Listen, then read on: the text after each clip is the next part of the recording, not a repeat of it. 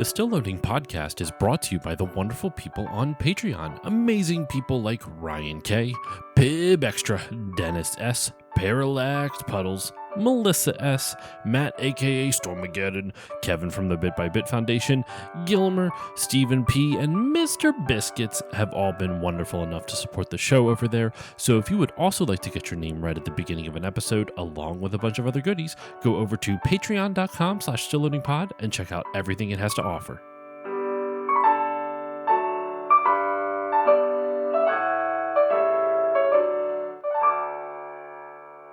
On this episode of Still Loading, we're going back to 1975.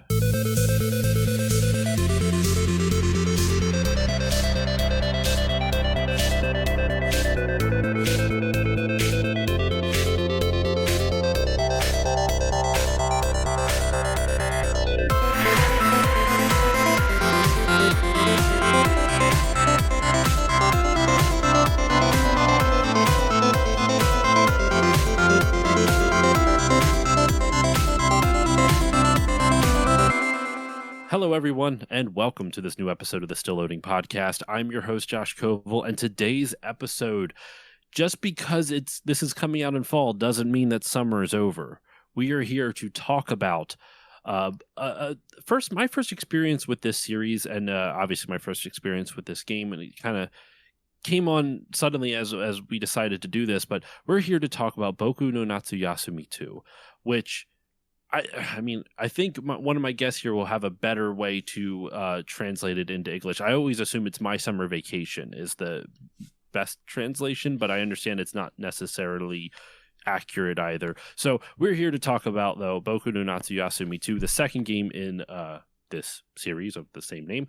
Joining me, we'll start off with the returning guest, someone you've heard on the podcast many times before, Andrew from the Experience Point. Andrew, how are you doing today? I am doing great, and I think to put my 2 cents in on the is it My Summer Vacation? I think from what we learned in Japanese class when we took it together, is it Boku's Summer Vacation? Well, that's exactly it. To bring it back to the Japanese class that we took together, which is how we met all those years ago in 1975. It could be we look really fucking good for our age. I know, we look great. Boku, as in me, but also the child's name is Boku. But I think it would probably be closer to be my summer break, because vacation is a different word, and Yasumi, like Yasumimasu, is to rest. So it's my summer break. Well, you know what? Let's throw it over to my second guest, who I think has a better grasp on this than either of us do. First-time guest to the show, Ray from No More Whoppers, from Scroll Magazine, from Bipedal Dog, and also formerly from Retronauts. Ray, how are you doing today? I'm very well. Thank you for having me today. Yes, indeed. Thank you for coming on. So what's your take on the title of Boku no Natsuyasumi? How would you localize that? That's Tim Rogers' job. He'll tell you all about that. It's in that video somewhere. That's not my it's not my purview. My summer vacation is perfectly fine. You can call it summer holiday if you are from another side of the world. That's the beauty of language, isn't it? And translation, it's just whatever pulls out the meaning the best. And we will argue about that part for years and years to come. So don't worry. But yeah. Oh, there's totally not a bizarre contingent of people online who are mad at every single localization choice, no matter what. Yeah. The only thing I will stick on is calling the game by its proper abbreviation in Japanese, which would be Bokunatsu. Bokunatsu. Some people just call it Boku for short, and I did too. Like at the very beginning, I did too in my fandom, but it's just a little bit more proper. Doesn't sound quite as awkward or forced. Just saying Bokunatsu. And Japan they shorten everything. I mean, that's just kind of the Japanese way. Aircon for air conditioning, Pasocon for personal computer. So I like Bokunatsu. Yeah. Hearing you say it, or when I was going through one of your, when you got to interview the illustrious Kazayebe, and how you and him both shortened it to Bokunatsu, I was like, oh my God, of course. That's of course what they call it. Of course. But then that could also be like, again, to dive into like the double meaning of everything, Bokunatsu still shortens to My Summer, you know? Yeah. Genius. Yeah. Okay. Yeah. Already in the weeds, though. Yeah, I know. Hey, what are podcasts for except for getting into the weeds on things that are probably not necessary to get into that far into? That's what people listen for. You tell me. I'm the guest, and I don't have all day, dude. That's true. Just kidding. So yeah, let's dive into this though, right? So the first thing we always start off with is our personal experiences and everything, and normally I would give my guests the first say on this, but I'll be honest, mine's short, so I don't want to disappoint the listeners by having these wonderful stories and then me just kind of go like, oh, I heard about it and decided to play it. And that's literally how I kind of first heard about this. I first heard about the series from you, Ray, on Retronauts, and then like in passing mentions and whatnot. And then over the summer, I saw that someone reposted on Blue Sky. I refuse to call it skeeting. I hate that name. It's not a reskeet. It's a repost. Yeah. Ew. Nope. Who wants to call it that? Who's trying to make that a thing? Lil Jon? No, it's the typical sort of people just trying to be precious. I wouldn't put too much stock into it. Tweet or post is fine. Post. It's just a post. Yeah. So someone reposted Hilltop's the localization team that the fan translation team that did the fan translation / localization of this game of Boku Natsu 2. Did I say that right? Boku no, yeah, whatever. I'm already like losing my. And I saw this, and someone posted about how like it was a really fun experience for them to play a day of in-game time for every day in real life. So you would play August 1st on August 1st because the game takes place over the month of August 1st through 31st, and you would just do one day at a time. You would play August 1st on August 1st, August 2nd on August 2nd, rinse, wash, repeat for the whole month. And I'm like, oh, that sounds like a fun idea. And I actually started a little bit earlier because what I did was after each one of those days, I recorded a little 4 to 5 minute audio diary of my experience of that day in the game, and then edited it together in 2 smash cut episodes that are like 50 minutes long, which are on Patreon, by the way. You can listen to them for only $1 a month, both of those things. And that's how I experienced the game for the first time. I was like, I should really try this. It sounds like a fun way to go about things. And I was talking a bit off mic how there's been some personal stresses in my life, and that was a really nice way to like every day sit back and just relax for like 20-30 minutes and just kind of decompress from gesturing broadly everything that's happening. So that was my personal experience with it. So Andrew, I want to hear about yours though. Like, how did you kind of first get into this game or first hear about it? Yeah, so I first heard about it from a TikTok, actually. It was like, games you never heard of. Like, here's all my obscure games that more people need to know about, and that was one of them. And I was like, this looks really cute. And I looked up like it was just like a couple of 10-second clips, and I was like, oh man, that little kid running around and fishing and cool. And I looked up all the games from that list, and the one that really stuck out to me was Boku no Natsuyasumi. And when I looked it up, the first thing that came up as the previously aforementioned Tim Rogers, creator of this shirt, by the way. It's the American box art for Boku no Natsuyasumi would have looked like. Which is just like edgy, over the top, stone textures. Obviously I found that video, legendary video, 6 hours long, and I started it, and much like when I played Dark Souls for the first time, I was like, I hate this. and then I stopped the video. Yeah, I was like, this is not this. Okay, maybe I'll just play the game. I don't know. I couldn't get into it. But then, much like when I played Dark Souls for the first time, I only gave it like maybe 10 minutes. And then I was like, okay, interesting. I'll move on. But I kept thinking about it afterwards, like both the game and that video, because I had never seen anything like that, the game or the video. And then I ended up watching the entire thing over a couple of days. I would do 6 hours is a long time. 6 hours is a long ass time.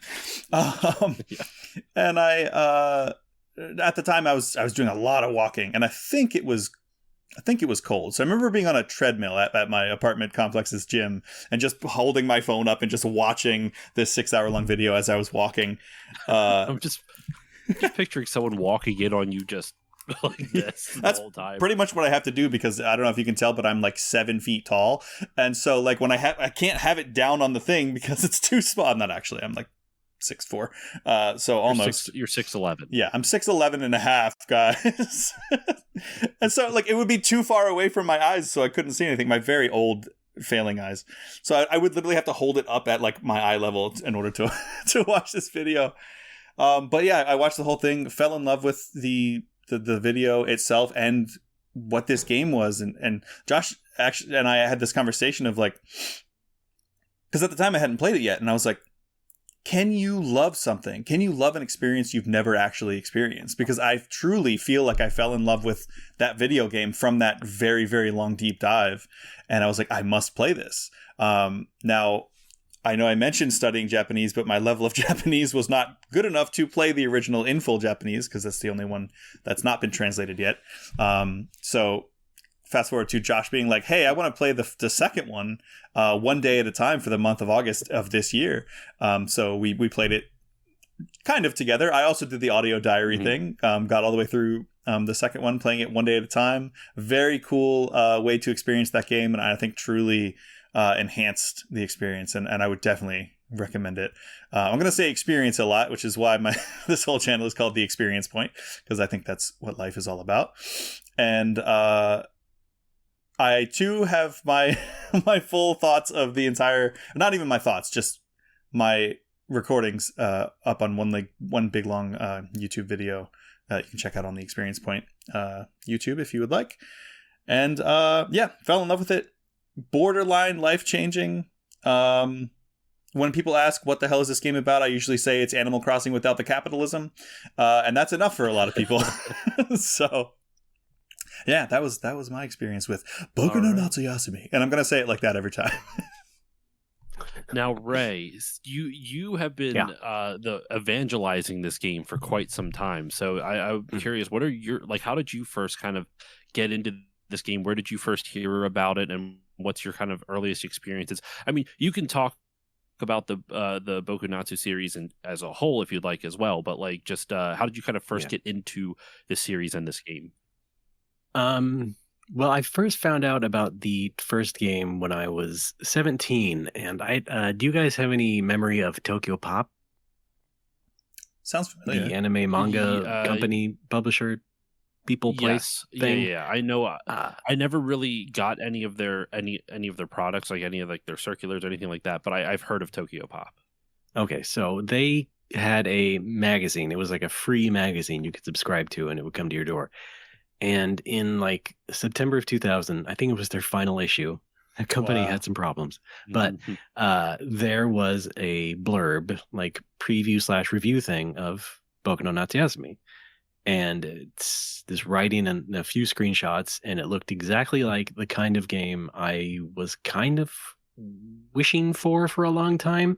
It's just it just looked beautiful, and it's kind of thing where I really enjoy scenery in video games.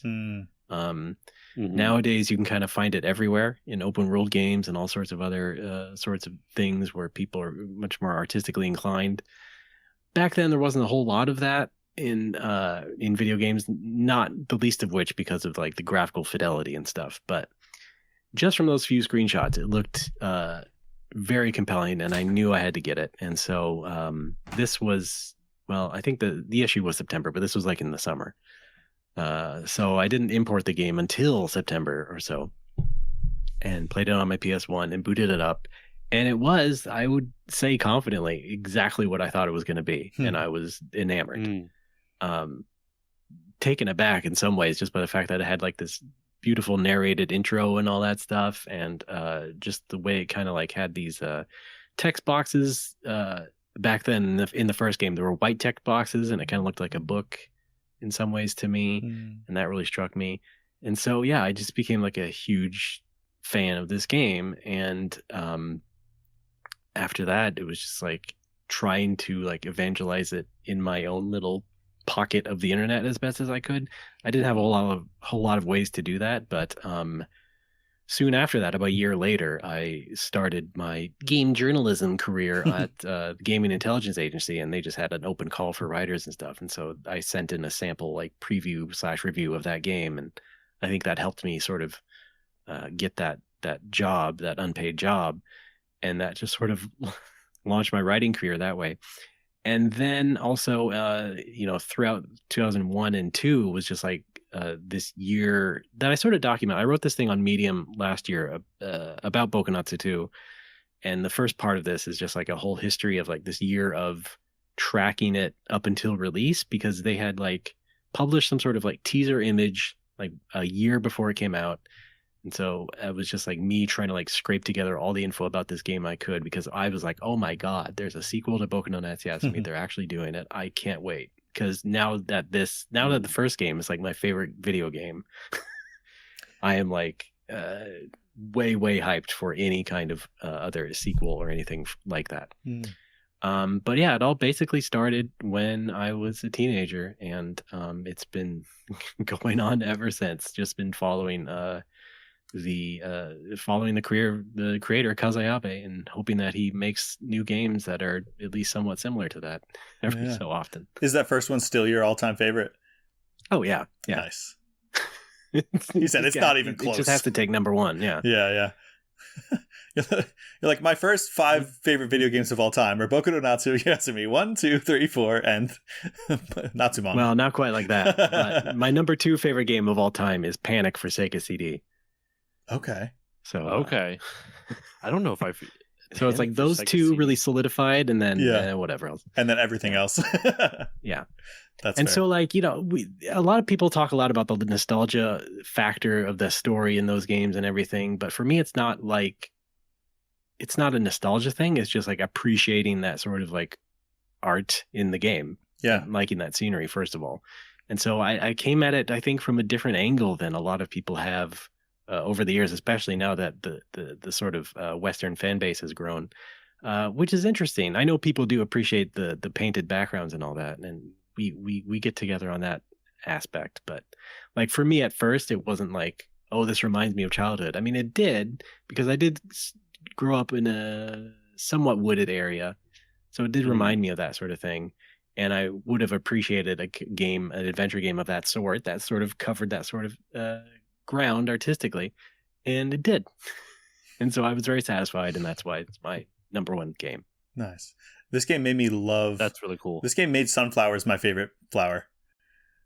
Between Boku Natsu and my girlfriend, who that's her favorite, and I, not to get too cheesy, but like I call her my sunflower as one of my little pet names for her. Between her and that game, scallion. I know, but it started because of Boku Natsu. I was like, oh my God, I never appreciated, because I grew up around a lot of them, and I always thought they were just kind of like, I never appreciated them as like things of beauty. Like they would always just kind of be around. But now whenever I see sunflowers, I'm like, oh yes, the summer of 1975. Like the time you weren't alive. The time when I was a little Japanese boy in the Inaka summer of 1975. Yeah. That's awesome. Yeah. So moving on to Boku Natsu 2, when it came out, were you satisfied with the sequel? Like did it live up to your expectations? Were you content with it at the time? Yeah, for sure. I think it's a very good sequel. It is like the best of the series. I think I think a lot of people agree on that. And it made some good improvements to like the formula, even like the technical stuff. Like it's paced a bit better, and it has a whole lot more characters and stuff, and we'll talk about that, I'm sure. But like, yeah, overall it was just like pretty amazing. Again, I was already at like a high hype level to begin with for it, so it's not like I would have like totally been let down. But at that level, but yeah, it was. Sorry, it was a great sophomore effort. Yeah, but if your expectations are so high, you have that much further to come down. Yeah. If it didn't land, which it did. That is what's killed games for me, is where I get high expectations from. We joke about it on Talk Tuesday all the time. Hipster Josh comes out. Oh, here he is. There's a game that's like super popular, and I'm just like, well, it's not as good as everyone says it is. And it's usually just because someone has hyped up a game to a point where like I'll play it, and then I play it and I'm like, well, this isn't anywhere near the expectation everyone set for me. Thankfully, this game was not that. Just to be clear, the hipster Josh is not coming out for this conversation on Boku Natsu 2. I think it's too obscure. I had a good time with this game. Well, I mean, the same time though, like so it's funny that Tim Rogers video that we've been referencing. I remember when that video was releasing, because they did, like, how YouTube, like, you can do a live video and it'll like live stream the premiere and you can be in chat with people while the video is going live. I remember that happening, seeing it on Twitter back when that was still a thing, and just watch it. Like, people were posting about it or tweeting about it, and I was like, okay, let me check in on this. And I clicked on it, and it was like 4 hours in. I'm like, what the fuck is going on here? Like, 4 hours, dear God. So I have yet to watch that whole video yet, but I do actually plan on watching it at some point. But well, watch for a special guest within the first 20 minutes. I did see your. Oh my God! Not your yeah. All right, fine. Did you not notice that? I didn't notice until just this very moment when you said that was you in that video. Oh my God! How dare you? I mean, so to be fair, I watched it like a year and a half. Look at that smile! Wow, can't miss it. It's me. Held up the box and everything. I know. Oh my God! In my own defense, this was like a year and a half ago, so. It's probably not enough. You're wearing the shirt. I know. Am wearing the same, I am wearing... Yeah, probably the same. I am too. Oh, I was talking about Andrew's. But just coincidentally. I know. I think we're both wearing. That's really funny if everyone's wearing the same shirt. That's so. All right, Tim, come on out. Come on, Tim. I know. Right? hold on. He just opens up the door and comes into my camera. I don't know Tim at all, so that would be a wild thing to happen. Anyway, so yeah, let's dive into the game in earnest now, though. Like, for those who have not played this game, and kind of just as a literally brief overview of it, like, normally, like, when I describe like the basic premise of a game, it usually can be a little long-winded. This is pretty straightforward. You play as a character named Boku, as a kid named Boku, which is funny because Boku means I or myself or me or whatever. Mm-hmm. So you are playing as yourself, but also playing as a character named Boku, who is on summer vacation visiting his aunt and uncle while his mom is having a baby. So he gets sent away to live with his aunt and uncle for a month during the month of August. In a southern coastal town, which I forget. I feel bad. I forget the name of the town. What's the name of the town? It's a fake name, but it's based on a real place. So it takes place in Futo, which is in the Izu Peninsula. Okay. But the real base inspiration was a town called Ito.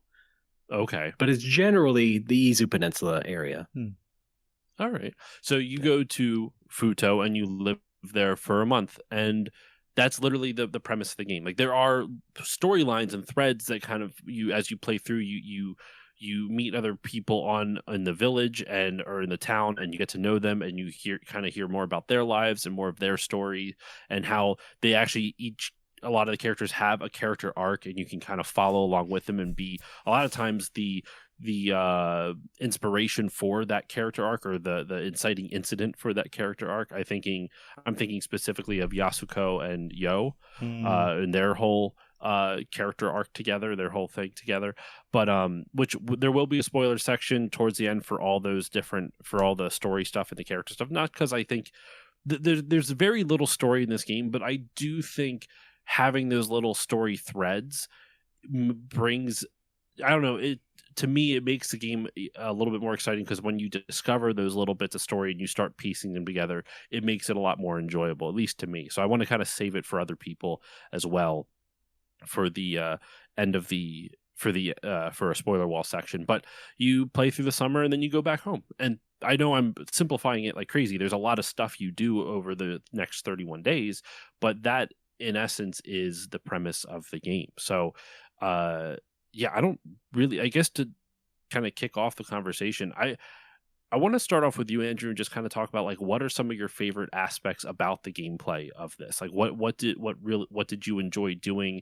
And kind of go more into it. Yeah, more of your thoughts on it. I don't think you oversimplified it at all, because just experiencing a summer vacation from the viewpoint of a little kid who's, probably 8 years old, 7 or 8, 9. Oh, he's 9. Yeah, that is it.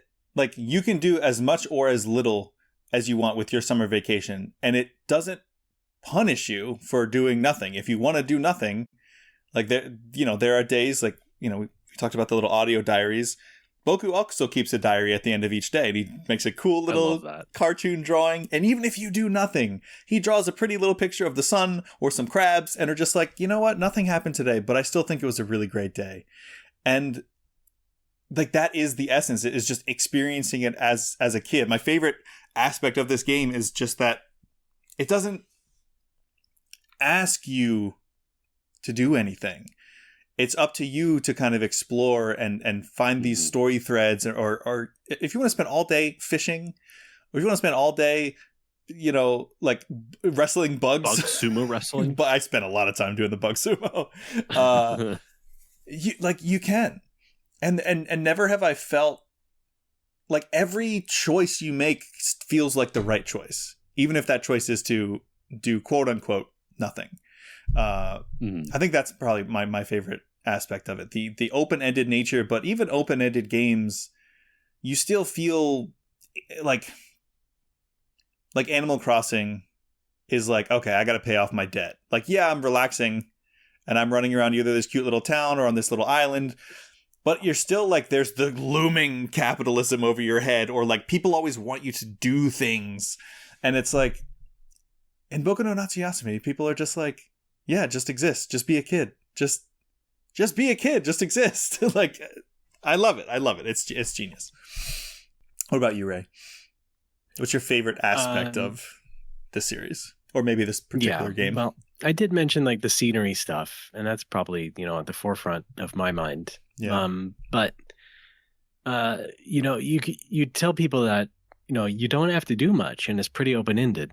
But I do want to stress, there is a real video game under there, and there is a lot of story to do. There are tasks if you want to do them, and there are things to do, and there is like a overall like fulfillment. You can have a real sense of fulfillment if you pursue that. If you go and search out all the story beats and all that sort of stuff, you will get a real experience out of it. And so that is also what I enjoy quite a bit. It's like there's a real story to it, and you can keep talking to people over and over and get more bits of story, and more characters come in and all that. And you can do that, or you can indeed just be a 9-year-old kid and run around and do relatively nothing.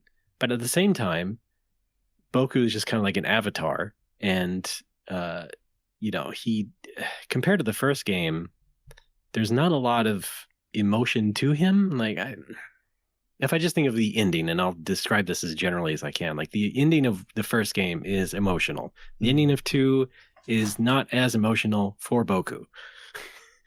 So it's kind of placed in a different set of characters, but it's and in the sequel that kind of carries through the whole thing. It's that Boku is just a bit more of an observer in this one, and you just kind of have to seek out other people's stories, and that's fine. I'm not saying that's bad or anything, but it's like it's just different from. It's a key difference, and it's, or not a key difference, but it's enhanced in this one. Like, it's really driven home more that he's just kind of like, I can totally see that, an avatar for the player, and not necessarily like the old guy who is recounting his story from being a boy in the first game. Right? But you're still through the lens of a little kid. Like, I love the conversations that you have, and I want to say, like, I'm very glad that you brought up, like, it is a video game, and I didn't mean to downplay the excellent stories that are there, which it's definitely both things. But I love that when you do access these stories and you engage with them, you're still engaging with them like through the lens of a little kid. Like, I think of one moment in particular where when you're talking to Gramps, the old man, the Yasuko's grandfather, he's like super depressed, and he's like, I just feel like sometimes we're just here to exist and make connections, and then death rips all that we love from us. And you're like, whoa. And then Boku, you think he goes, yeah, I think I know what you mean.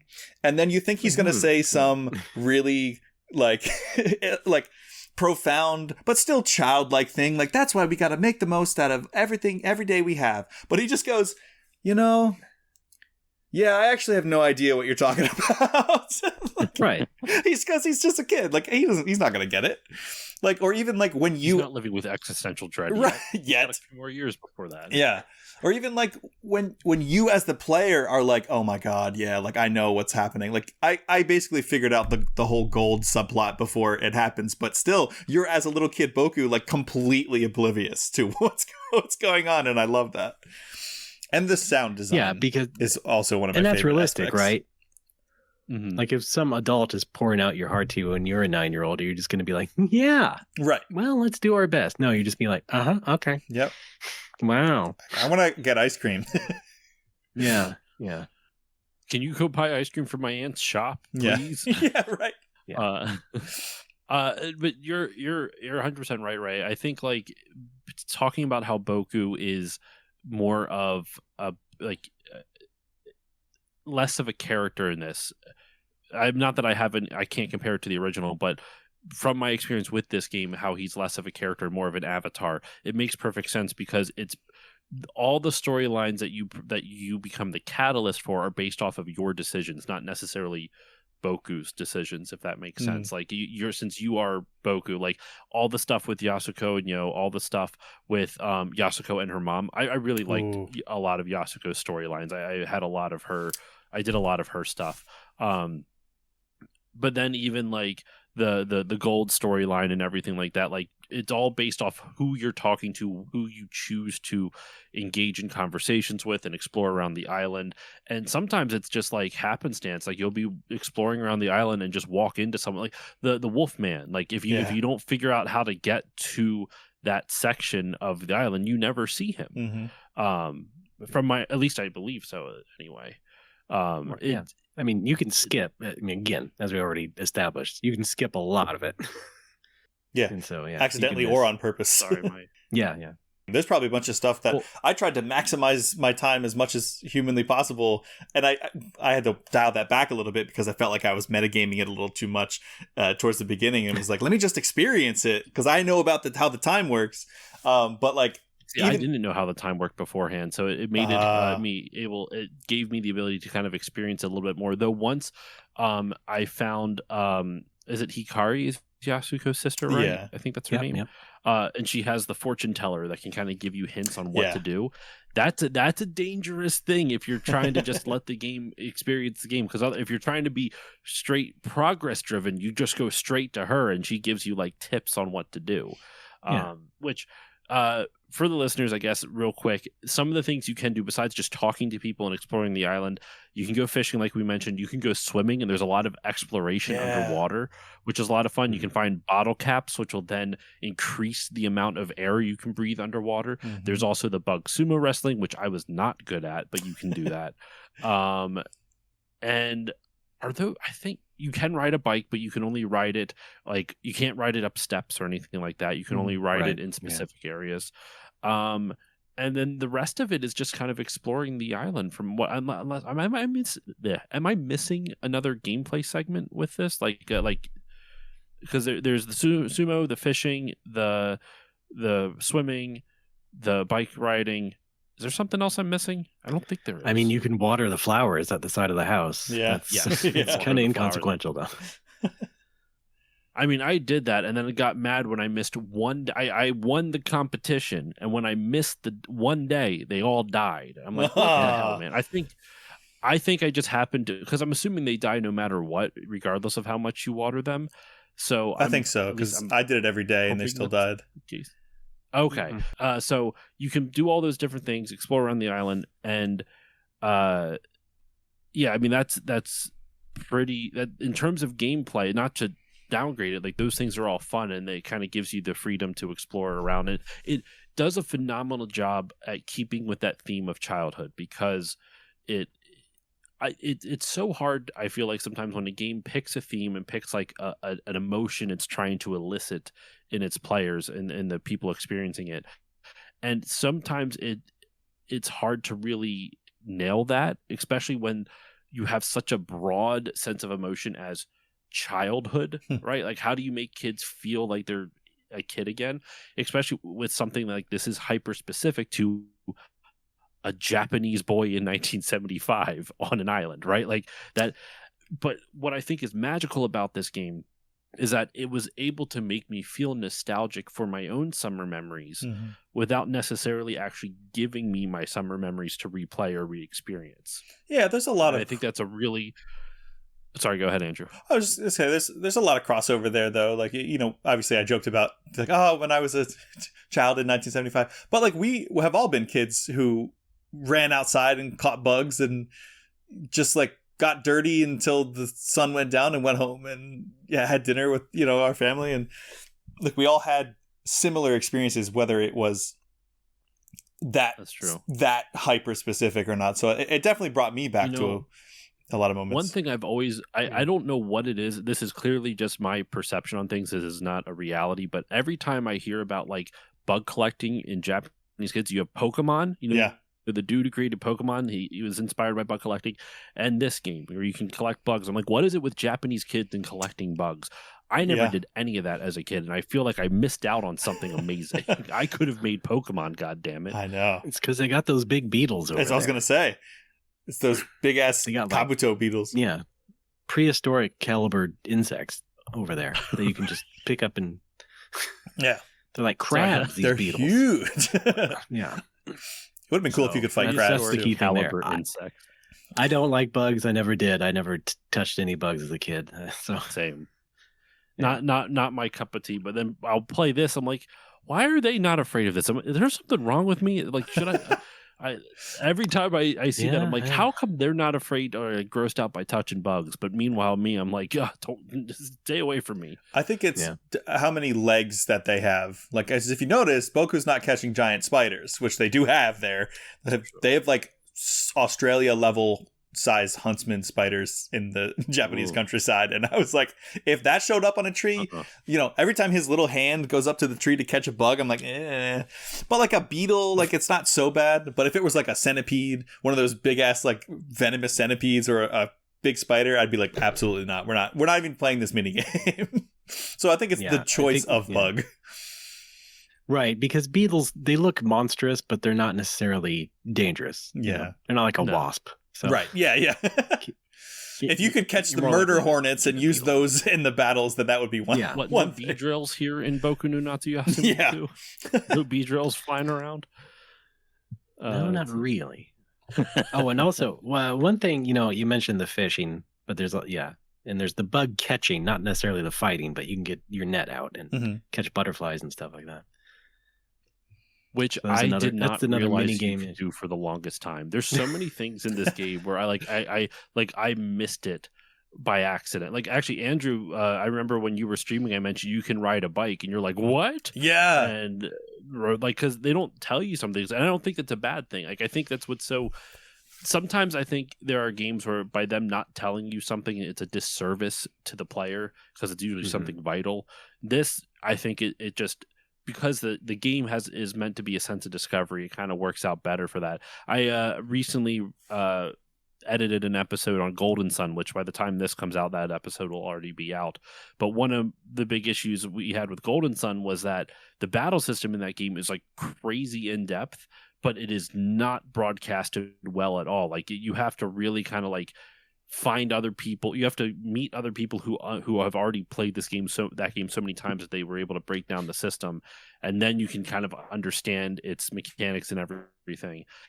And in this game, like, it's kind of what's fun about not knowing everything is that like there's not just with gameplay, but also with specific events, like storyline beats that you can miss entirely. And I'm not even talking about just like Wolfman. There's the girl in the hospital, which I'll save for the spoiler section because there's something with that Andrew completely missed. I never interacted with her once, and and it's cool. I like that element of this. I like that experiential, no pun intended with the experience point, but experiential element of it with just with just giving you that vibe of childhood sense of wonder and discovery and getting to explore around everything.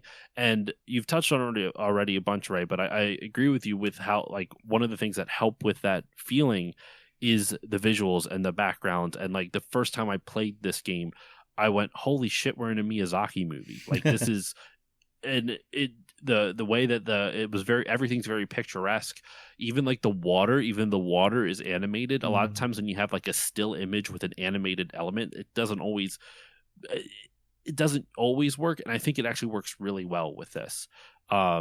Even when you come out of the pre-rendered background, backgrounds, and you jump into the water and everything's fully 3D, I think that even works pretty well too, in terms of like tonally, in terms of how it's going with like the overall, I guess, visual aesthetic for the game. Like it's great. I enjoyed so much about this game.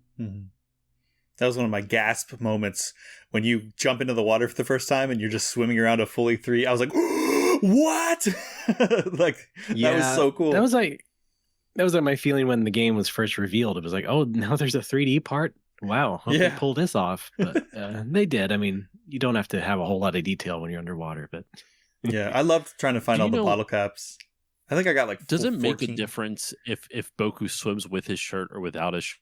Because I was watching a long play and someone just took his shirt off. I'm like, why even bother doing that? Just jump into the water. I don't care. It's like Counter-Strike. You run faster with a knife. Yeah. Yes. But you joke about that, and I think when we talked about it, I found myself so caught up that I was like, sometimes I would be like, I should take my shirt off because if I get my shirt wet, I might get scolded or something. Like I went into little kid mode and was like, oh yeah, we're gonna swim, take your shirt off. So the little things like that. Like, is there any mechanical reason to ever take your shirt off? No, in real life, no reason, but he can get tan. Oh, he does. Okay, yeah. And then he was clothed the whole time. That boy was white as shit by the end of that game. And there's the shower off by the dock. You can always make sure to wash yourself off after every swim, but it doesn't affect anything. That was there. I like he does this little dance when he's under the shower. He's just like, it's so cute. Booty shake. Yeah. You didn't know that the shower was there, Josh? Find that shower. No, I did find that shower. Now that I remember where it's at, yeah. That's so funny. I remember where it's at. Or like the bike. Yeah. Is there a reason for the bike? Because it's not like moving faster has any gameplay advantage because the time only moves when you change scenes. No, it's just a nicety that they added for the sequel. It's just cool. It's just like, because you're going to have, I mean, if you are progression focused in your playthrough, you're going to want to get everywhere as fast as you can. Especially if you have like concurrent story beats running, then you'll want to make sure you cover everything. But doesn't one thing time? Oh, sorry. Go ahead, Andrew. I was gonna say, but like time changes. Like the time passes the same rate whether you are on your foot or not, though, right? Yeah, more or less. Okay. But I'm saying if you do have like one story to follow at one end of the map and another at the other end, for example, that's like whatever. I'm generalizing, but you will want to make it across as soon as you can. Just to keep time ample, and then also you would again, if you're very progression based, you would want to like also finish up the Beetle Sumo, make progress in that. You would want to also have ample time to do that, and so again, if you're a certain type of player in a certain playthrough, you will have a lot to do towards the middle of the game every day. Yeah. But the time passes at the same rate. You can set it to go faster or slower. That was a new thing for the sequel. Is that in every game since then? Is that now you can make it a little easier on yourself. But so it's just about saving your real life time. Yeah, exactly. And it has a bell too. It's like Earthbound. Oh yeah. Oh god, I love Earthbound. I had shades of Earthbound playing this game too. Like, this is what it really feels like to be a kid. It's like the games that have a button to pet the dog. It's like, your bike better have a bell. You gotta have it. Yeah. That's what I think. For me, if I see a game with rails and you can't rail grind, I get mad. Yeah, exactly. Oh, yeah, that too. Yeah. Man, it always comes back to oh my gosh, why am I blank? Jet Set Radio. Radio.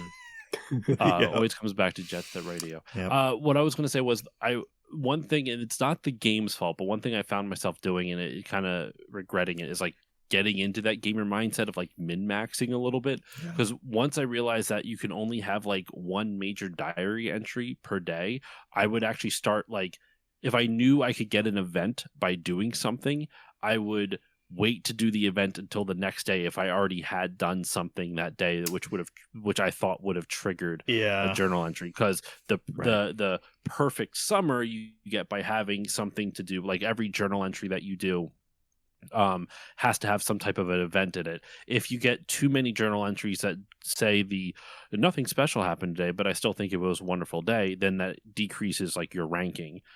I thought, but it's not as important. The purpose of the game. No, but it's not as important in the first game because the first game had multiple endings and this one doesn't. So really? It's not as much of a punishment. Oh, I'm surprised to hear that. Is there anything else features that were there in the first one that they took out of the second one? Off the top of my head, not really, other than the fact that like there's a mysticism angle in the first game that doesn't really play into this one at all. And there's some technical efficiency stuff. Like the intro is much faster in 2. Like you can get going with, I mean, once the intro movie ends, you're done within like, you can get, not done, but you can get started within like 30 seconds. As opposed to the first game where you have to sit through a intro movie, then a few cutscenes and blah, blah. And the first day in this one, like, it feels like there's not a lot that you can do. You get off the boat and you have to go eat dinner and then you're done for the day. Like, that's typical. Not much else to it. That's how it goes. So it felt like the lead up to actually being able to play this game in earnest didn't feel like slow or anything. But the first day, remember I was playing this a day at a time. The very first day, I actually just played day 1 and 2 back to back, because otherwise there's like nothing to do on the first day. You just kind of like arrive at the orientation. Yeah, that's right. It's syllabus day, first day of class. So I don't have much else in terms of the gameplay to talk about. But is there, in terms of like any of anything else that you guys want to touch on before we go into, I guess we should at least touch on like the sound design for this before we get into any spoiler stuff, because I want to talk at least a little about the sound design on this game. It's really cool. It's immaculate. I really like the sound design for this. So before I share my thoughts, Ray, do you have any thoughts on the sound design? I want to throw it over to you first. The music that's in the game or anything like that, anything on the sound, and if you have any stuff on the visuals too, we can just talk about aesthetics overall, I guess. Yeah, I always liked how they treated music differently in 2 than in 1. So in 1, it's like a couple of tunes that play in certain moments, and that's kind of it, because you do get then after that the what's the damn word, the ambient noises of the outdoors and all that stuff. Oh yeah. Diegetic, is that the word? Yes. Oh man, that works. There's my $10 word for the day. It's a good one. Cha-ching. But but then music is treated differently in 2 because of that record player at Yasuko's house. Yeah. And Yasuko herself just sings a couple of times herself because she has a Frere Jacques going in her head. Very sad song. And then, but then like what I'll call the cinematic tunes from 1 aren't used as much in 2. It is basically just like that environmental music, and then the ambient noise and the diegetics and all that stuff. And that's interesting to me. I mean, I like both approaches. Both games are, of course, very cinematic in their approaches, so it doesn't really matter that much. But I did think that was an interesting comparison, is that there's just not as many of those pointed soundtrack songs. Yeah. In 2, in 1, and there was already only a couple in 1, so it's funny. I can really only think of like the intro, and then also like at the final campfire before the summer, right? That one song, which was really beautiful. I got emotional when that was playing. That was a really nice moment. Yeah. Andrew, what about you though? throwing it over to you now. I cried so many times towards the end of this game, especially in that moment. Yeah, I mean, I think if you go back and like listen to my initial thoughts on day one from my little audio diary, that's one of the first things I noticed was the sound design. I was just like blown away with how real it felt, how grounding it felt. Just especially this one being surrounded, like the subtitle of this one is Umi no Bouken-hen, which is like Adventure by the Sea. It being surrounded, like the ocean being such an integral part of the setting for this one. Every scene not by the ocean, I swear the trees sound different. So now you have the ocean. So like depending on how close you are to the water, you can hear like the waves just like lapping, or you know the bugs, or which changed based on the time of day. Like different bugs come out, time of year, different bugs come out. Like it just. And Ray, you mentioned the why am I trying to think phonograph? What am I, like from 1600? The record player from Yasuko's room. One of my favorite, maybe my favorite piece of sound design from this game is obviously you can hear that music from like on my first day. I heard the music and it drew me to their house.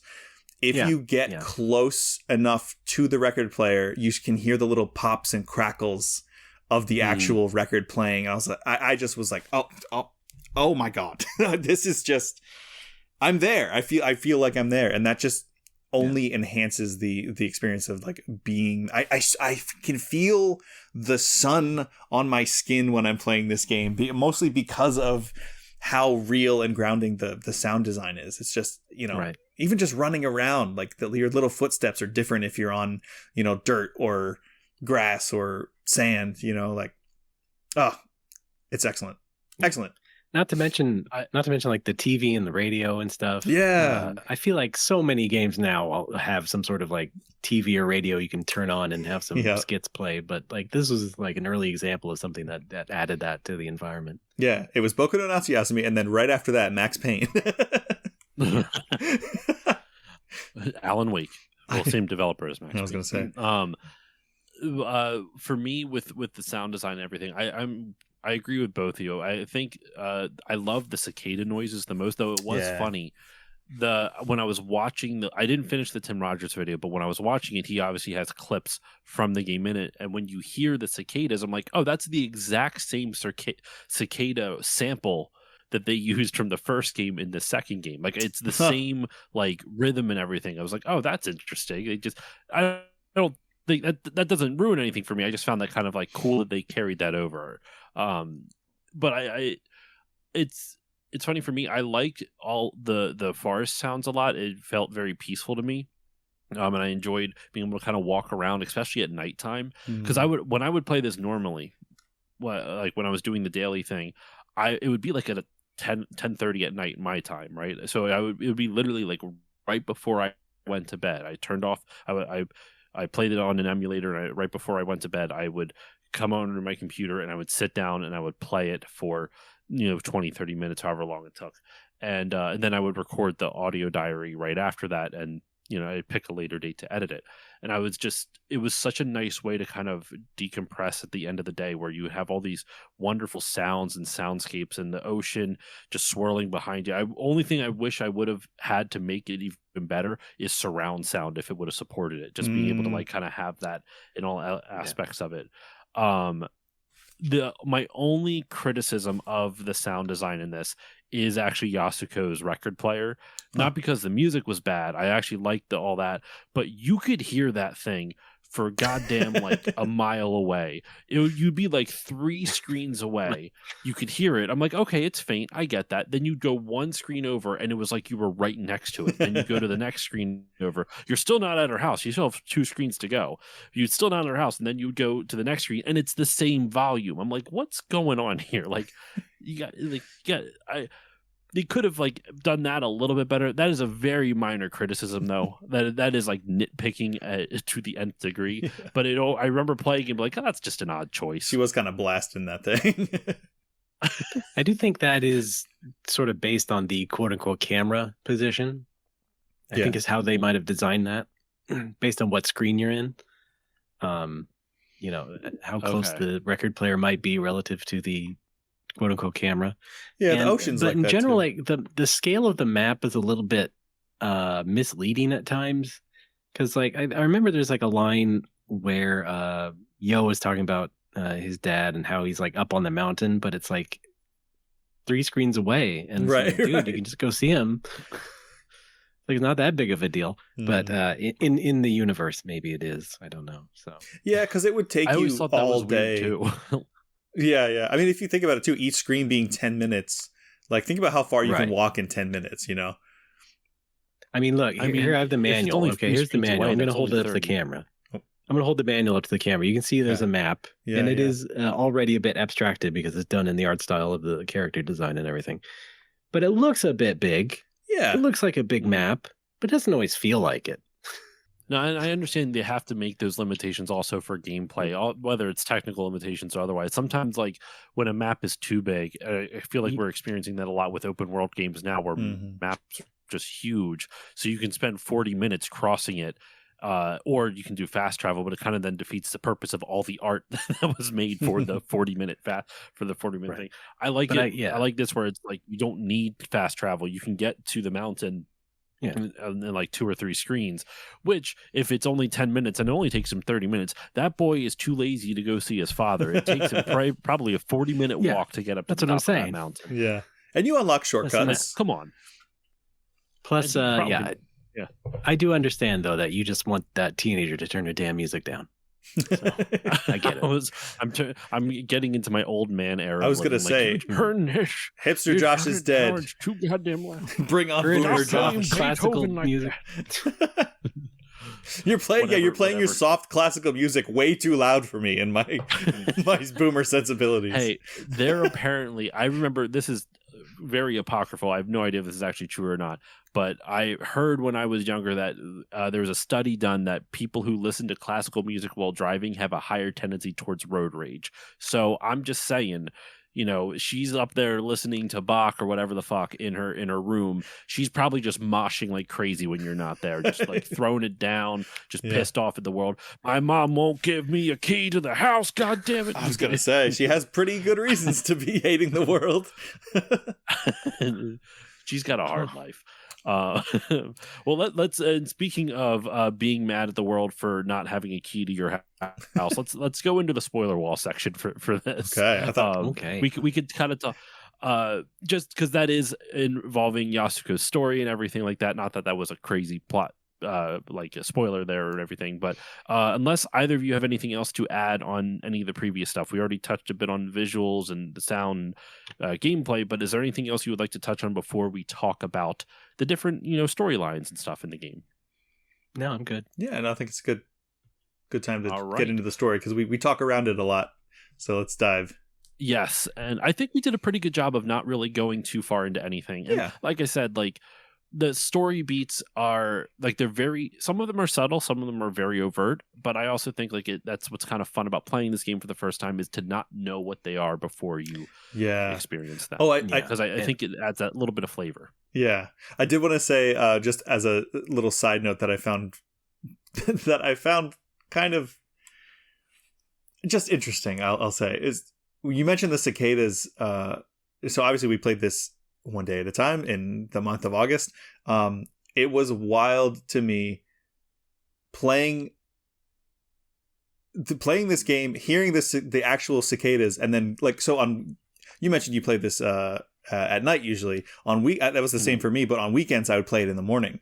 And so I'd play in the morning and then I would go for a walk because this game always made me want to go outside. So it was just wild to hear cicadas droning in my head, in my headphones, and then taking it off and still hearing it and being like, oh, did I leave the sound on or something? Was this playing the whole time? But it was really just real ones outside. Like that's how good the recordings are of these bugs, that it just sounded exactly like real life. And then going and doing an audio log of my experience of playing this game outside, so that like in the full, like the final version, you can hear real cicadas as I'm talking about how well they did the fake cicadas in the game. Like it's nuts. That's such a funny because like I wouldn't hear too many cicadas where I'm at, not because I bet you I could. Yeah. But the thing is, where I live, specifically where so my wife and I, we got our house a year ago, and it came with a pool. Now this ties into this. I promise we're not bragging about a pool. It's a fucking money sink. But because we have a pool, and because of the area I live in, there's a goddamn shitload of tree frogs everywhere. And so at nighttime they come out, and the amount it sounded like cicadas. They weren't, because they were tree frogs, but they are so loud. There was at one point in time, like, I remember I was laying in my bed, which is on the opposite side of the house of the pool, and it was so loud, it was like almost deaf. Like, you would walk outside and it was that crazy loud. And the reason I brought up the pool is that they would jump into the pool and into the filter system. We would have to get them out all the time. Found a couple other ones that did not make it, and that was always a little sad. But playing this game at night, taking off my headphones from the cicadas, or from the cicadas in game, only to hear like tree frogs everywhere, just kind of added more ambiance to it. There was one night I remember, I don't know if I was playing the game or if it happened like prior to me playing it, but I bet you years later it's going to become synonymous with me. It was like raining like crazy, and I look out the window of my office, my game room, which is, by the way, on the second floor, and there's just a tree frog just plastered on the window. I have no idea how he got up there, but he's just chilling there. I'm like, what are you doing, buddy? You're nowhere near your house. It was goofy. He said, "Turn the game back on." This is cool. He's like, "I'm watching. Do the bug stuff. I want to hear the cicadas too. Do the bug stuff. It's making me hungry." It's making me hungry. But all right, so let's kind of talk about the story beats in this. I don't really have any like specific order. We don't have to talk about all of them, but just kind of touch on some of our favorite story elements, favorite story beats, and this and that. I will say, at least to start off, would you both agree the major, like, quote unquote plot line for this is the gold, right? The gold that's hidden in the mine. I think so. I think it's the one that lasts the longest. And Yo's rocket. I would say those two. Yo's rocket and the mine. I would say, from my experience anyway, it was the gold. That was the longest one, and I think the hardest to avoid seeing anything about, because there's so many people that are involved, so many players that are involved. But I think the main one would probably be Yasuko and Yo. Okay. That's a big one. I think it's just Yasuko in general and her various things to deal with. Just because she's kind of like she's the first character you see. She's like your first friend in the game, and you just become instantly drawn into her world, whether you like it or not. Yeah, because she's on the boat with you. Yeah. So her and Yo and that whole thing, for sure. The gold thing, it becomes like the main one towards the back half, that's for sure. And then it has a nice bit of drama attached to it, but so kind of both. I liked that gold one. I really enjoyed, because it added a little bit of mystery to the game, and I thought that was kind of cool. Yeah. Speaking of mystery, there is a story beat that something happened and it wasn't resolved, and I am dying to know, because I don't think we talked about it, Josh, when you and I did, because we tried to save a lot of the plot stuff for this. Are we in spoiler territory? Yeah. We're full spoiler territory. Spoilers for anyone who doesn't want to know that. To fucking skip to, I don't know. Right. Maybe I'll think of a timestamp. Why is the car in the ocean? Did you find the earthquake? Earthquake. Yeah, there was an earthquake. I remember the earthquake, but no. The earth quaked so much, Andrew. The car fell into the ocean. Really? Oh, that's so anticlimactic. Sorry. They tell you flat out what had happened. Nobody told me. I talked to everybody. I guess not the right people. It's covered during breakfast. Really? Yeah. Yeah, we had an earthquake last night, and then you walk out and you see the car in the ocean. So the earthquake, I don't know if anyone explicitly states, hey, the earthquake pushed the car into the ocean. I don't. But they say there's an earthquake, and then when you walk outside and see the car in the ocean, you're like, oh shit, that happened. I don't think that happened in my playthrough, or if it did, I completely forgot, because I remember seeing it and then talking to everyone and thinking it was this big deal, and I don't think it was maybe it was like a day or two after the earthquake. I never put those two together. What I thought this whole time was, because when I noticed it, it was when the gold plot line was starting to really hit ahead, and I was like, oh my god, did what's the Yasuda? Yeah, I can look it up real quick. Or Taniguchi. Taniguchi. Yeah, I almost said Yamaguchi. Yeah. I was like, did he push the car in the ocean so we have no way to escape and he's going to kill us for the gold? And then it just got real dark real fast. Yeah, I was like, and then it just, which then made it weird that one of the only times I took a bath in the game was, it just ended up being me and Taniguchi alone. I was like, I'm dead. This guy's he's gonna drown me. Yeah. Like, there was a lot of weird, I mean, that's like fine. Like, bathing culture in Japan is different than ours. And that's, I can suspend my disbelief enough. But then there's like the boat guy who makes a lot of weird comments about Yasuko. And he's explicitly saying how he's in his 30s. And he's like, man, so she's only in high school. Do you think she'd go for a guy like me? And I'm like, excuse the fuck out of me?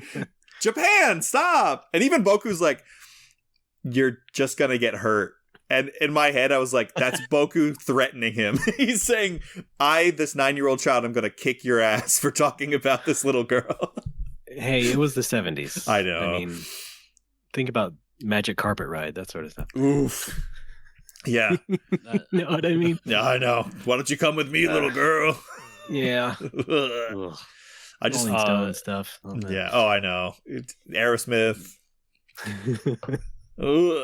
Anyway, okay, that's good to know that the earthquake just shook the car into the ocean, because I was like, why did this happen? No, sorry, I've been in that position too, where it's like, wait, what happened? What was all this? And it just is some anticlimactic thing that I didn't pay attention to, and I was like, well, man. Well, don't feel stupid. It's okay. I had a thread point, like a plot thread. I wasn't quite sure. Maybe you could clarify for me, right? The girl in the hospital who, spoiler alert, once again, for those who have not played it, she's a ghost. She is a dead girl that you see, and she only appears during the late afternoons if you walk into the hospital room. Do we know anything else about her other than, like, I wasn't able to find any other information out about her. Well, I think it becomes pretty clear that it's Grandpa's dead wife. Is that who? That would make sense. But I guess because she was younger, I didn't know how old his wife was when she passed. They were young. You can attribute it to like magical thinking of cinema. Like that's maybe his best memory of her was at her prime. Like Anakin's ghost at the end of Star Wars. Yeah. So this is a Force ghost, is what you're telling me, Ray? Yeah. It's the Boku-natsu version of a Force ghost. Yes. Yeah, that's wild. Because Josh said, I did not encounter the ghost girl at all. That was a completely. I thought you were kidding when you first said that. You're like, did you encounter the ghost girl? I was like, the what? What is this? Well, it's not ghost as in she looks like a blue apparition or something. It's just like a girl that shows up for a while and then disappears, and then it's pretty well established that it's Grandpa's dead one. I had a offshoot of this. I think it was kind of disproven, or he says otherwise, but I had a theory for a while that he was his wife, and he also mentions his son dies as well, and I was like, they both died, and then he's depressed around this time, which is around Hiroshima, and I was like, were they bombed? And I was like, I mean, this is 1975. If you go back when they were younger, like, only 30 years prior would have been the bombing. Yeah, and he's like 60, so they'd be like 30. But I think he says something that makes it clear that wasn't the case. But for a while, and I still don't know 100%. So I wonder if that's, what they were, because there's a lot of stuff in the TV and radio talking about the anniversary of it, and that's when he gets so depressed. Yeah. That's like, of course, it would be this time of year. If that's what it was. I think that's strongly suggested, but I think it's still kind of open, so it's a bit up to your interpretation. Yeah, I love that he. I really like. Oh, go ahead, Andrew. I was gonna say, I love his the rawness and the honesty of the way that he mourns his wife, and how it ties with him getting older. Like, I remember it broke my heart when he said, the way she used to smile at me, I thought I would never forget her smile, and I fear the worst has come to pass. And I'm just like, oh my God, my heart, I'm getting chills. Yeah. Like, that's so heartbreaking. But now you should go back and check out The Girl at the Hospital and have that enhanced for you. And I know. I guess I just got to play it again. The full impact of that. Yeah. Yeah. It's so, I like that the game's not afraid to go there. Like, because you wouldn't think a game that's just about a kid having a summer vacation would go anywhere near these levels, but they do, and it doesn't feel like, wow, okay, this feels like out of nowhere. It's like, yeah, this is like the human experience, like the good and the bad and the mundane, like just everything is all part of life. Yeah, I mean, the first game has its moments of realness, but yeah, they really dial it in on the second one with these couple of storylines. Yeah. And like, I'm not comparing this to not to compare it to this, but it kind of reminds me a little bit of like Mr. Rogers, in the sense that Mr. Rogers wouldn't talk down to kids, that he would cover sensitive topics and sensitive issues. This game isn't necessarily there to teach you about, like life lessons and stuff like Mr. Rogers' Neighborhood was, but it is kind of getting that whole sense of childhood where, like, just because you're a kid and there is happy-go-lucky life, because you don't have the world, the stresses of the world on you just yet, there are still moments where that part of the world creeps in, and you're gonna experience small little snippets of it, whether it's death or as we see with Taniguchi, a fucking like a thief or whatever who hid gold away, or even the stuff with like with Yo and his dad, Wolfman or whatever, and the fact that like there's this weird relationship between them where it's like his dad is kind of like, he seems kind of like a rough and tumble type of thing, and Yo is this like quiet, reserved scientist kid, and that whole relationship just baffles me. It's like he is literally right up the mountain and he won't come down to see his kid. Like, it shouldn't be on Yo to like go 40 minutes. I know it was ragging on Yo that he couldn't walk like the 40 minutes up to the mountain, but god damn it, just because you're making charcoal in a cabin, you're his dad. Yeah, that's more on you. Go down the goddamn mountain. Two-way street. Yeah, and it's arguably more the parents' responsibility at that point. Right. But what you said about how they treat, like, where the story goes and stuff, like, I know you mentioned visually, like Miyazaki and Studio Ghibli.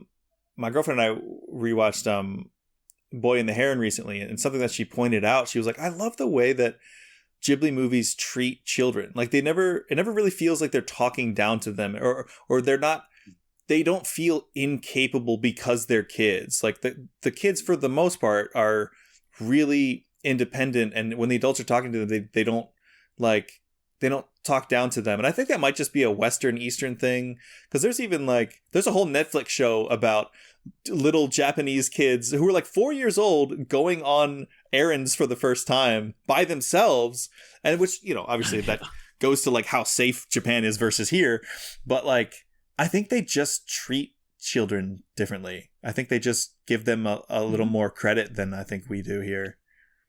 Oh yeah, it's big in Asian cultures. There's a real reverence for children and the elderly as well. But yeah, it's just like, just treat it a lot better. Yeah. Whereas here, we'll defund PBS. Yeah. Oh my God. Oh, I need to use this to say, oh my God. Do you guys know Michael the Librarian? Yeah. He's the new host of Reading Rainbow. That's the only thing I wanted. When I first saw him, was like, this guy needs to do Reading Rainbow, and now he is, and the world healed a little bit.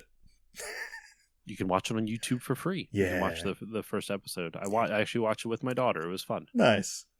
Because there's no PBS. Well, I mean, there still is, but it's that's a whole other thing. But yes, support your local PBS station, kids. Yeah. Subscribe to whatever you can to like give them some money. Yeah. Go support public broadcasting and your local library. Go to the library. Yeah. I have a book checked out from the library right now. Exactly. Actually, I have like 3 from my daughter, and actually the book series I have been reading, which I've talked about on Talk Tuesday before, the Wheel of Time books, started by borrowing them from the library. Nice. Anyway, Ray, there was something I believe you were going to say before Andrew jumped in. Do you remember what that was, or I can just move off and we can move on? It's fine. I'm so sorry. All right, cool. No, it's cool. I have a larger point to make. That's anyway. Right. Throwing you under the bus, Andrew. We are getting close to, because I'm looking at the time on my end. I'm probably going to have to start wrapping up soon. For it's my turn to take my kid, put my kid down for bed tonight. So I want to start wrapping up this episode. Is there any thoughts, or is there any other story beats that you want to talk about before we kind of go into the final thoughts for the episode? I want to say in general, and this is a thing I've been meaning to write about for the second part of my thing on Medium, but like there's a real sense of loss throughout this whole story, and all the characters experience some form of loss. Yeah. And I just don't mean like loved ones or anything. It could be like the lost gold, right? Yeah. But there is points of loss everywhere, like the loss of the relationship between Yasuko and Yo's parents. Like they both have problems with their parents. There is of course the grandpa storyline, the gold, and then the sense I think Taniguchi was keeping the gold for his family or something like that. It was something family related thing for that. And like even Boku's uncle, there's like a little conversation where he sort of laments like his career or something like that. Like he wanted to be something else. And so there's like this really pervading sense of loss throughout this whole game, and it's really, really like evident when you are an adult and you are playing this game, which is supposed to be meant for you, the adult going through this nostalgic thing. And then having little 9-year-old Boku kind of like respond with nothing most of the time, because he is kind of this avatar in a sense, and he is, understandably a kind of ignorant kid, so that's fine. But it really hits home once you are an adult and playing this game, and you sort of like figure out all of these little story secrets and what people are trying to say and what the real meaning behind what is going on is, that you couldn't get if you were actually 9 years old, I think. And so it's really interesting. It is a richer dimension in storytelling, I think, than in the first game, which again just has a few moments of realness, and Boku's a little less of an avatar in that. He's a little more of a character, and so that's like the real delineation for me between those two games, story wise. And something you say that, right? It makes me think of a few things. One, you're 100% right with the loss thing. I also think it talks about, it also kind of feels like loss and change, because if you look at Yasuko and Yo, the first part of that is them lamenting the loss of their friendship, because Yasuko went off to school and Yo stayed on the island, but they rekindle it. And also, same with your uncle, he's lamenting the loss of his career, but at some point he talks about how he's considering going back and doing it again. So it kind of gives a little bit of a hopeful thing too, where just because something's different now and it's changed doesn't mean it can't be good again, or it'll be different, but it could still be good too. And also just talking about like what you said, Ray, about how you kind of experience these things as an adult, and Boku offers really nothing. Not saying that's a bad thing, but it's like it's relatively just he's a 9-year-old kid. Like what can he do? I talked about this on my episode on Grease, the game Grease, a few weeks ago with Emily and Kate from No Small Games podcast, and one of the things that that people talk about in video games, especially like think of like platformers and stuff like that, where the games give you a safe space to try and fail, and it's usually something of technical skill. You're Mario and you're jumping over a platform and you miss the ledge and you fall into the pit and die, and you can start over again. It gives you a safe place to fail that technical challenge, and so that way you maybe won't be as discouraged, and hopefully you can translate that into real life, and you won't be as discouraged when you fail and have to start again, type of thing. Grease does this, but I think this game does it even better. It gives you a safe place to practice your emotions and fail at them. Like this game kind of gives you an area where it's like you're seeing all these different things happening to other people and kind of living almost a little bit vicariously through these characters and their senses of loss. It gives you a safe place for you to experience a type of loss, even though it's minor, and then learn how to work through it. It's not like you can start over, that's not how emotions work, but learning to process it in a sense. And I don't think this game is necessarily, explicitly doing that. I don't think that was necessarily an intention, because it's kind of going with, childhood nostalgia. But I could totally see like watching these characters go through their emotional beats and parts of their storylines and like experiencing these things that happen to them. it kind of gives you as the player a little bit of a way to experience those emotions via proximity or vicariously, or however you want to describe it, and gives you a safe place to like kind of have a sense of what those emotions are, and allows you to process it through the lens of a game. And then hopefully, God forbid, something bad happens to you in real life, you have some type of a toolkit maybe to help with that. I know I'm probably reading way more into this than needs to be, but it was just making me think of that. I think to add to that, it feels like what it's trying to say a lot is it's okay to have these bad emotions. Like when Yasuko, when her mom leaves the key and you finally find out, we talked about this on our episode, Josh, but like when you finally find out, you open that door and you're expecting some like Attack on Titan level reveal where like, this is what was in the basement the whole time. And it's just nothing. It's just the next room. And she just goes, I don't even think she says anything. She just walks outside and sits in the road, just like hugging herself. And it's just like, oh my God, like you were looking for something to attach to in this uncertain time of your life. Your parents are, well, one of them's dead. It's a very tumultuous relationship with the other one, and she just wanted something to get her out of that. And I think the game was trying to tell you, like, sometimes you just have to get there on your own. You have to find your own way through, and that's okay. Like, just experiencing this loss and this change, which one of the things, the most valuable things one of my therapists ever told me was that all change is loss. Whether, even if it's good, you're still losing something. You're still losing what you knew previously, and that you can grieve that even if it is a change for the better. Like there is a grief there, even if it is like a positive, a net positive. And I love that it lets, again, with like the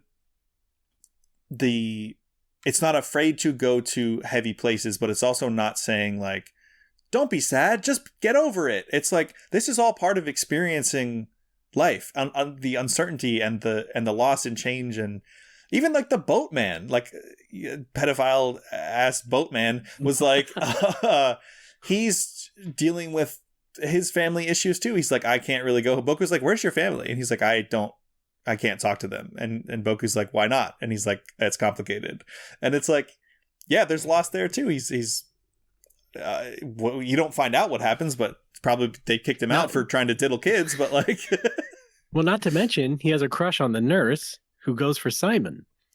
Right. So he loses out his chance there. That's right. He's like, well, if I can't get with the little kid, I guess I'll get with the next oldest girl on the island. He's just horny. Don't worry about it. Yeah.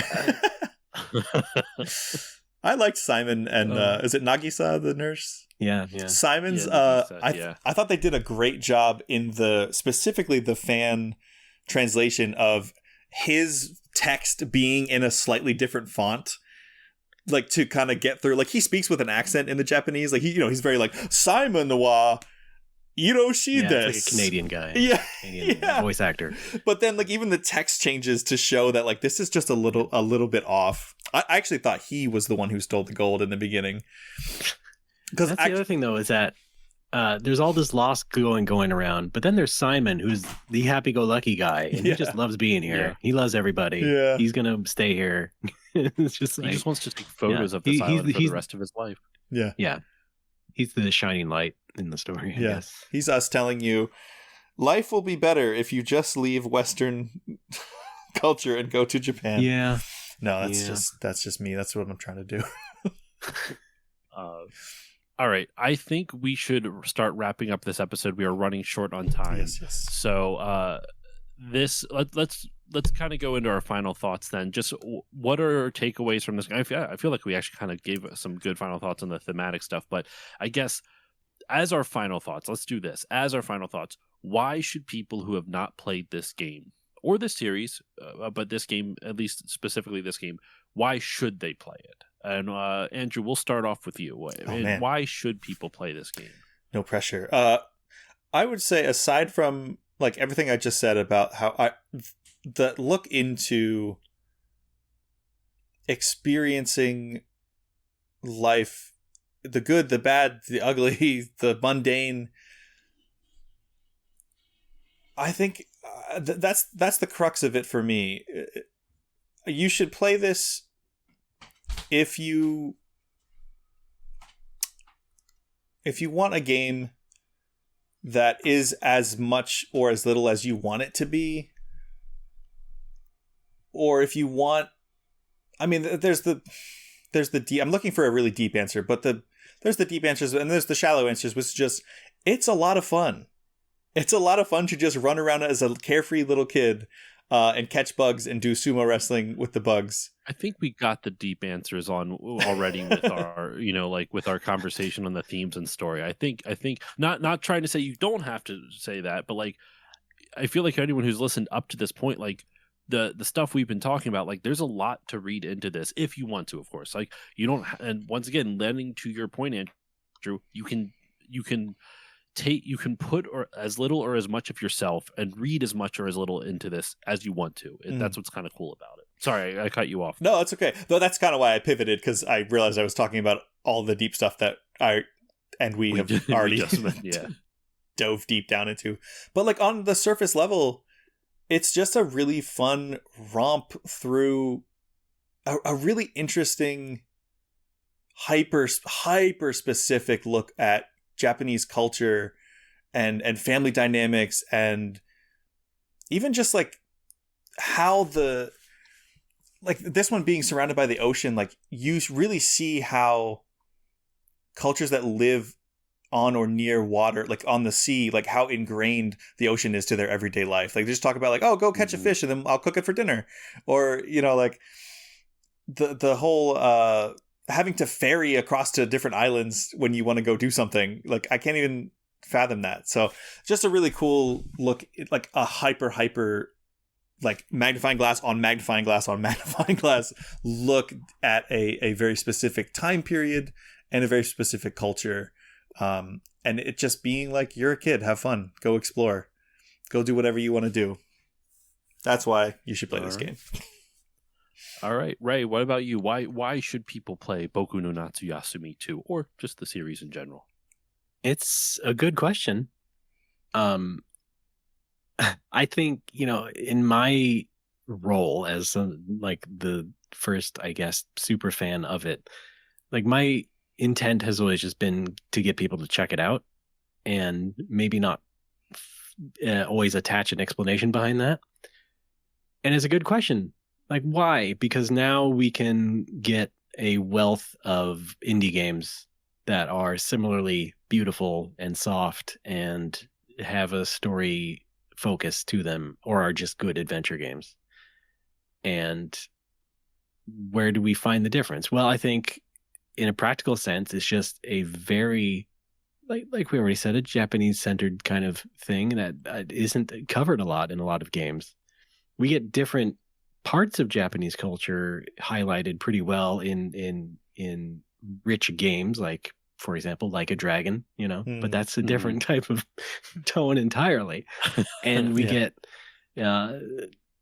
all sorts of other, I was thinking for some reason, rhythm games and like J-pop type stuff. But, so, there's many different facets that we can explore in that sense. But, to get that kind of sort of exploration of a Japanese nostalgia, but also like a special sort of scenic presentation is just, I think, a little bit rare still, other than, in the other games that came after this from the same creator.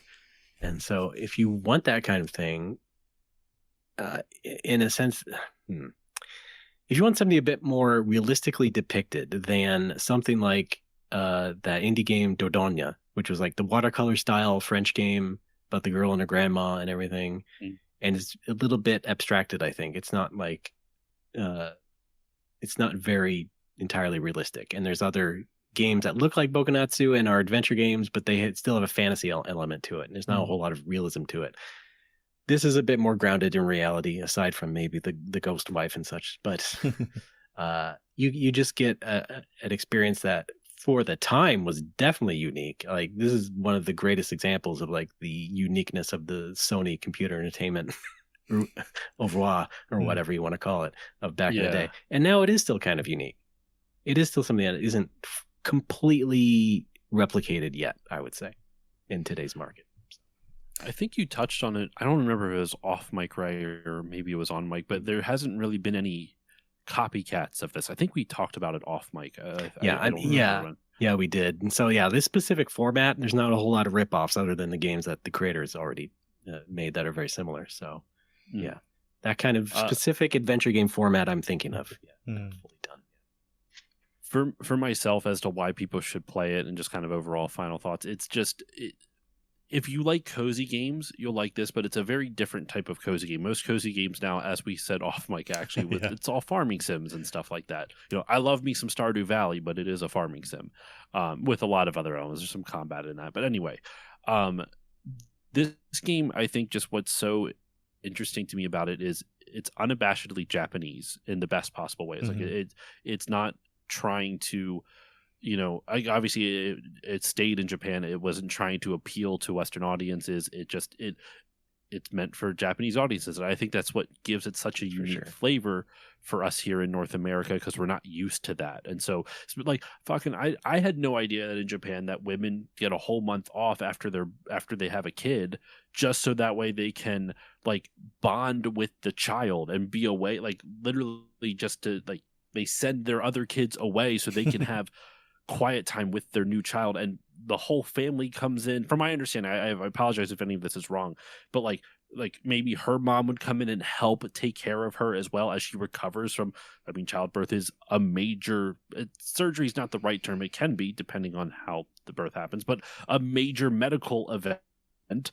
So like it takes a long time to recover from that. And so that's so different than what we're used to here in North America. Like hearing stuff like that, I'm like, what? This happens? Like I learned that from this game, even though that wasn't necessarily explicitly stated. I was just Googling. I was like, why the fuck is, Boku going away to his aunt and uncles when his brother's born, or whose new sibling is born? Like what's going on here? And that's why. So I love that, because it's a slice of life experience. And it's truly a slice of life experience. It kind of reminds me a little bit, that moniker that Seinfeld always had, like it's the show about nothing. And that's but there's always little like storyline beats in Seinfeld as well.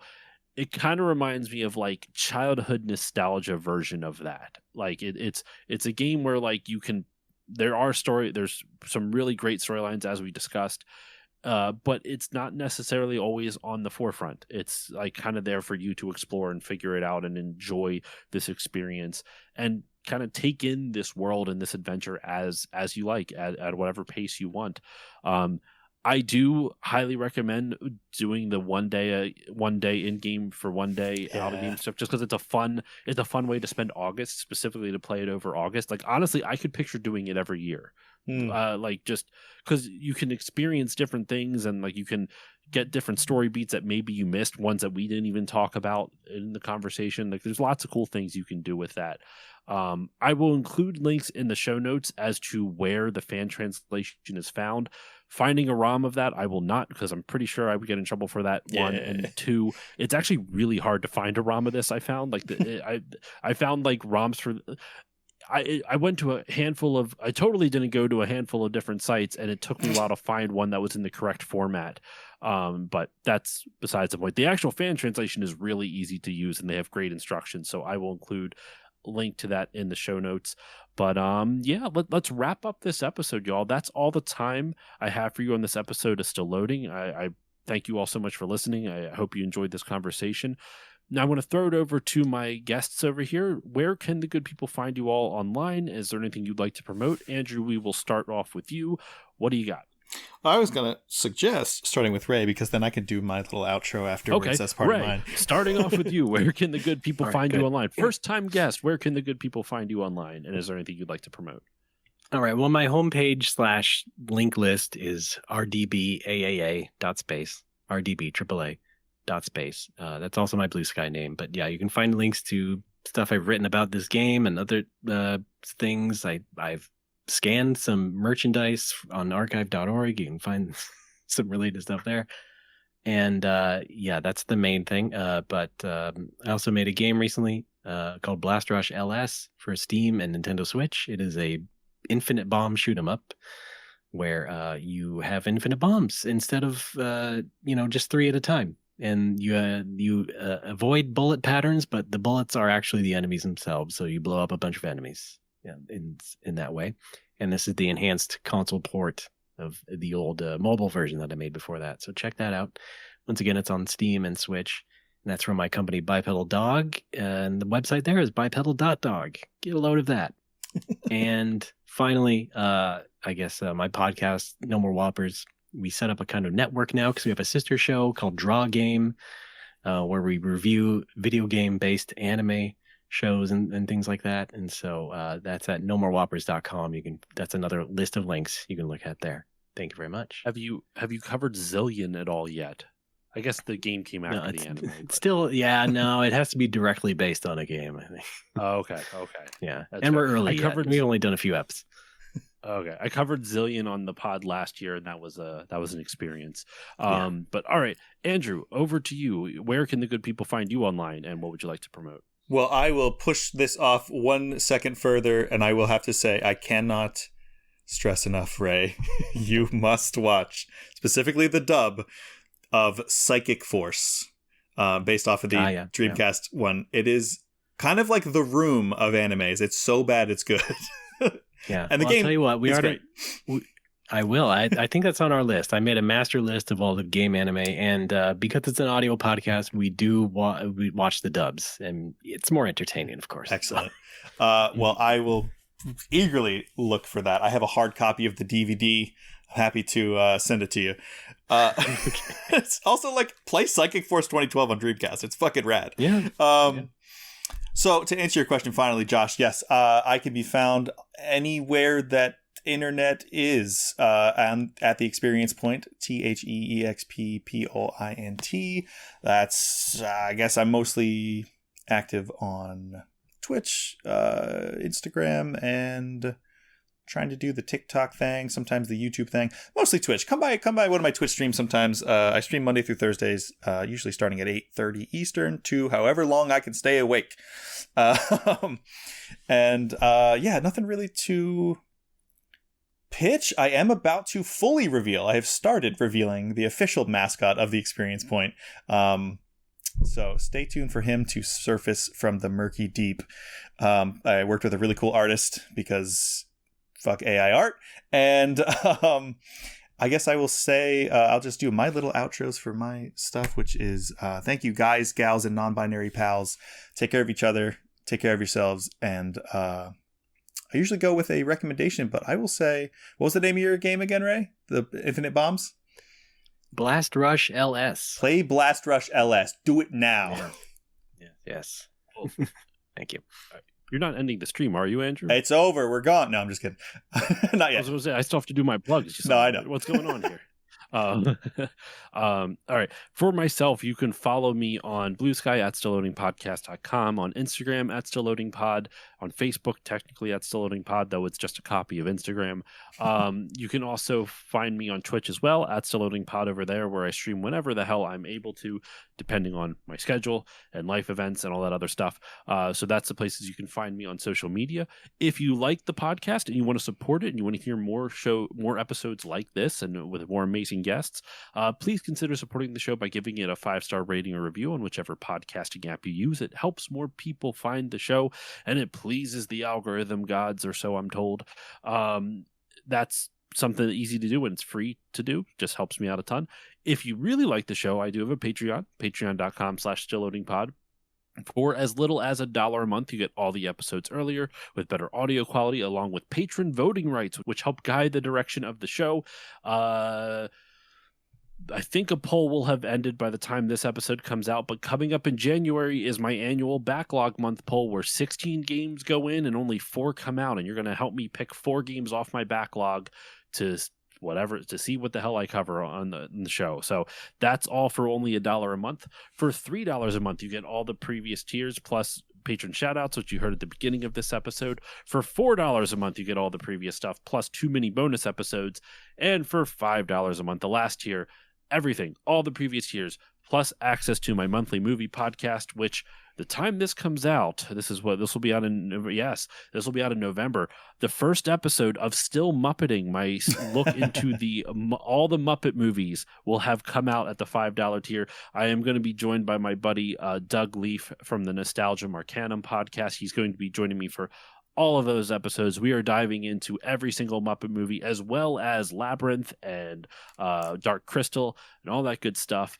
So tons of content coming your way. And if you want to see the backlog, we've done all the Fast and Furious movies, Still Family. That was the name of that show. And then we did all the James Bond movies, Still Bonding. Some always stupid, still fucking pun. And this one happens to be Still Muppeting. So that is all over at patreon.com/stillloadingpod. And that's it. That is all the time I have for you on this episode. Thank you once again for listening. Andrew, Ray, thank you once again for joining me. Yeah, thank you. Thank you. Thank you guys for joining me. And with all that said, listeners, I will see you all next time.